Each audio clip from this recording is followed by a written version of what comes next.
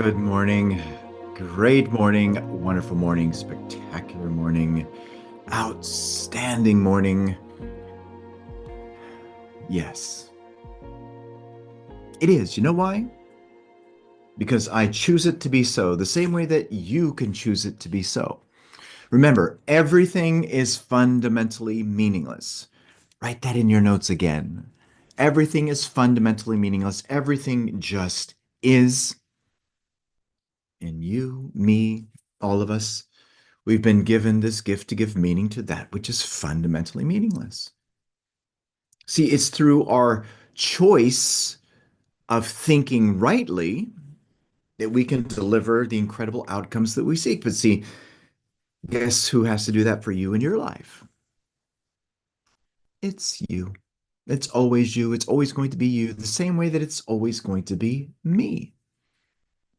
See, right there is a beautiful power that's embedded within every single one of us that, if used, will help to deliver the freedom that you seek. So use it. Use this gift in you to choose your thoughts. Use the gift of that beautiful dissatisfaction.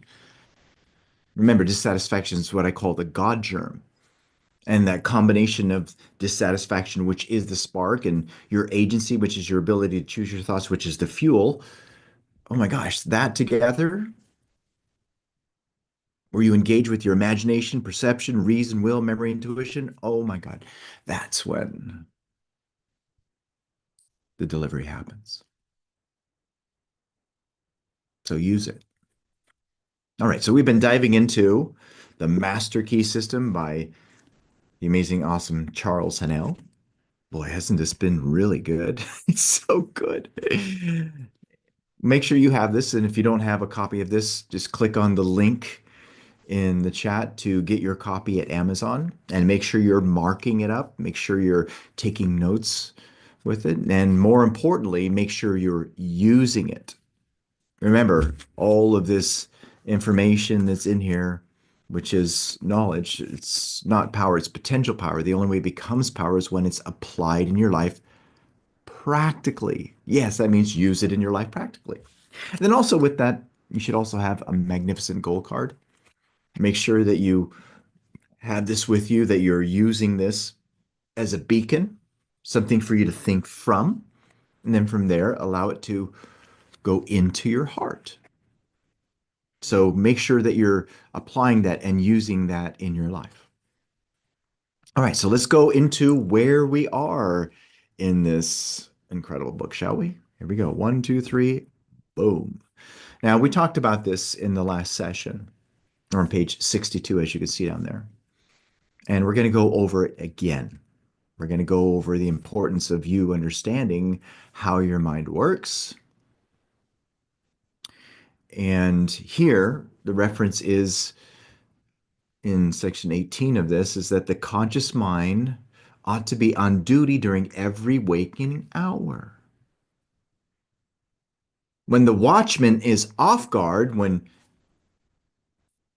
you're just allowing anything to come into your mind, or when its calm judgment is suspended under a variety of circumstances, then the subconscious mind is unguarded and left open to suggestion from all other sources.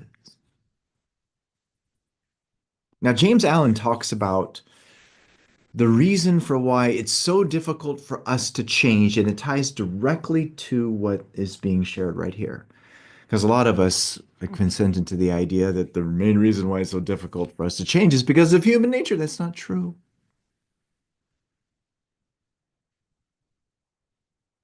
The main reason why it's so difficult for us to change is because of how prevalent ignorance is around us.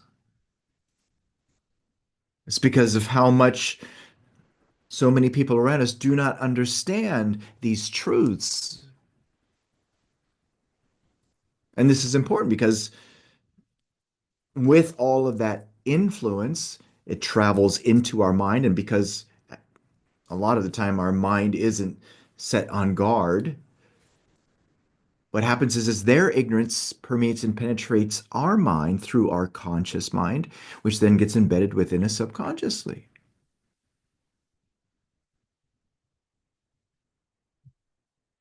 Now, again, really think about that. It's really easy, especially when you're living in the moment and you're engaging with everything from your senses, how it's very easy to be susceptible to that outside influence. You might be, for instance, thinking about your goal and then make this decision to talk about this wonderful idea with other people that you're very close to. And then what do they say? Oh, that's crazy. That's nuts. Oh my gosh. No, just lower it. Don't set yourself up for failure and, dream too big. You'll let yourself down. You've heard that. You know what I'm talking about. But if your mind's not on guard, that idea will trickle into you, and then will come up next is the paradigm, which is related to that. And next thing you know is you're doubting yourself. But see, it doesn't have to be that way. You can form powerful habits where the conscious part of your mind is on guard all the time. This used to confuse the mess out of me when Bob would say this. Okay, you have your conscious mind, you have your subconscious mind. And within your subconscious mind is the paradigm. He says your paradigm has an enormous influence over what's in the conscious part of your mind. I go, wait a minute, this is confusing to me. But as I started to dive into this, I started to understand exactly what he was talking about. What he's saying is that the habits you have an enormous influence over how you're using your imagination, your perception, your reason, your will, your memory, intuition.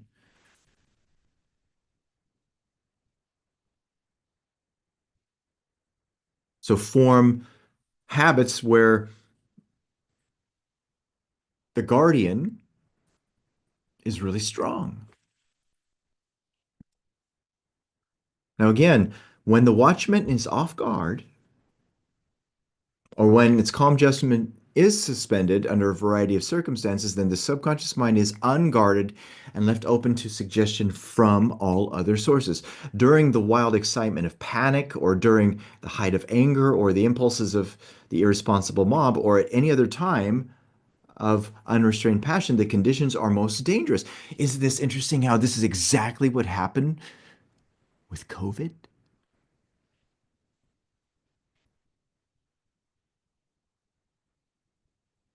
They lied. What they instilled was an incredible amount of worry and doubt, which led to an enormous amount of fear. And once you notice the mob was there, the masses were going hysterical.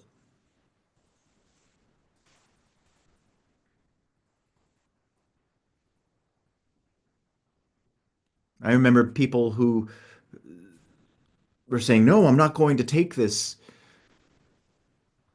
jab." And then a lot of people are saying, "Oh, you're only thinking about yourself, or you're not thinking good. You got to do this for the masses." And my gosh, look, it turned out to be a lie.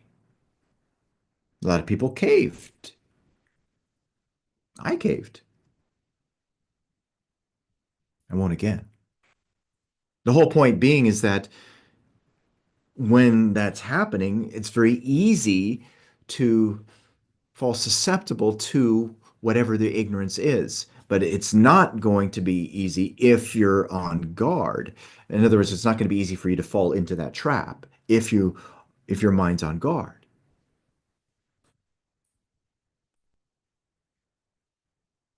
The subconscious mind is then open to suggestion of fear, hatred, selfishness, greed, self-depreciation, and other negative forces derived from the surrounding persons or circumstances. It's very important that you do not follow the crowd. You don't follow the masses. Remember, the masses have been historically wrong. I love thinking about this from what Price Pritchett shares in U Squared, and this other book that he has. These two are really incredible. The quantum leap strategy here too. Talks about how a lot of people say, oh, just think with common sense. That's what the masses say. Think with common sense. But it's not a good idea to think with common sense. Why? Because people who think with common sense are thinking from what people commonly think and believe, which then leads to common results. Do you want common results? Heck no. All of you should be going, heck to the no. Mm-mm. You want uncommon results, don't you? Yeah, that's what it's about, right? You want this. You don't want what's rooted in safety. You got to run from safety. But in order for you to do that, you got to start acting on things that are illogical to you. You got to forge your own path. I love thinking about that. I think about, my phone, this technology. All of it happened because of someone who dared to think differently instead of thinking from how everyone else was thinking. Remember, more of the same thinking leads to more of the same feeling, which leads to more of the same actions, which leads to more of the same results. If you don't want the same results, you got to think differently. That's what Albert Einstein shared. You will not be able to solve your problems with the same thinking you used that created them. You want to change your life, you got to change your habits. Habits meaning change how you think. But unfortunately, that's not what happens with most people. And then the result is usually unwholesome and extreme, with the effects that may endure to distress it for a long time. Hence, the great importance of guarding the subconscious mind from false impressions. And what are the false impressions? Here are the false impressions: accepting to the idea of impossible. You know what impossible is? It's an opinion. Write that in your notes. Impossible is an opinion. Don't make it yours. Yet, isn't it interesting how that's how most people live? Oh, you can't do that. How are you going to do that? That doesn't make any sense. The Wright brothers' father told them that they were going to burn in hell for trying to fly. He thought that they were doing something that was that of a heresy. You can't fly. That's not logical. There's no evidence you can fly. There's there's no proof that we can fly, and yet there were birds in the sky that were flying. Think about that one. You've got to guard your subconscious mind and not allow other people's paradigms to come into you.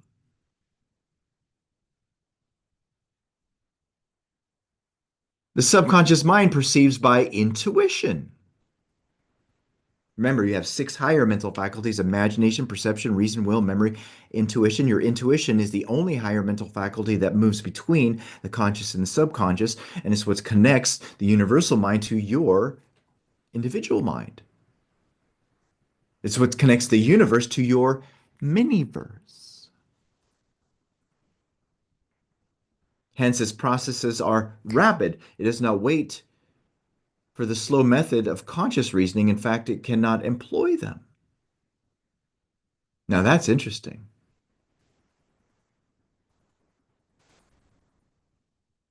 Really interesting.